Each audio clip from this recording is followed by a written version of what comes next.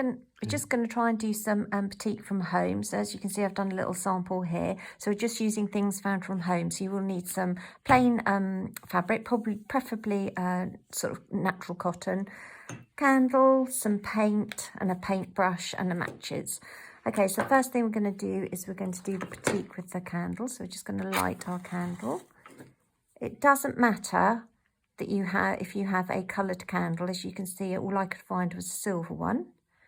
Just got to make sure that it's going to light. I have a habit of doing this and they don't light.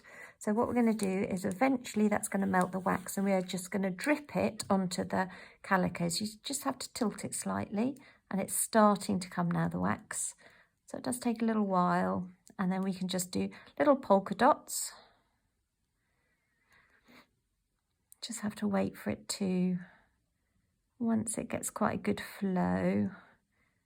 I don't know why this is doing two little ones. I think it's because I just cut the candle, so it's making quite a nice little effect. So you can do little polka dots. If you wanted to do it so that you could get sort of an all-over covering, I sort of found out yesterday that if you sort of scrape it along like this, you can get a thin layer of wax. So you can see the wax, it dries really quickly. Thin layer of wax like that. And that sort of works quite well. So you could do a background surface like that. We're just going to blow the candle out. So the next thing you can do is just let that dry. So I did do one obviously earlier on. And then all I've got is some acrylic paint, and you're just literally going to paint this on. So we're just going to cover this so you can see it's not sitting, the paint, where the wax is.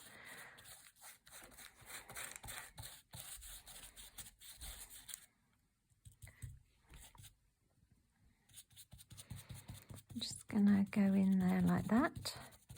You sort of get the idea. Now what I did forget to do, which I might do on the one that should be dry over there, is where I've got this solid piece here, you can crack that first.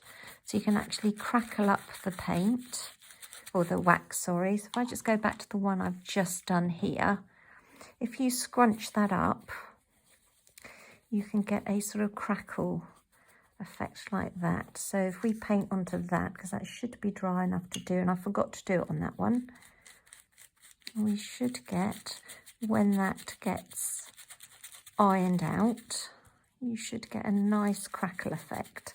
So once you've painted them, obviously you have to leave them to dry, and then when they're dry, you are just going to iron this off. So the best thing is to work on a piece of newspaper, get some kitchen towel and put it between the kitchen towel.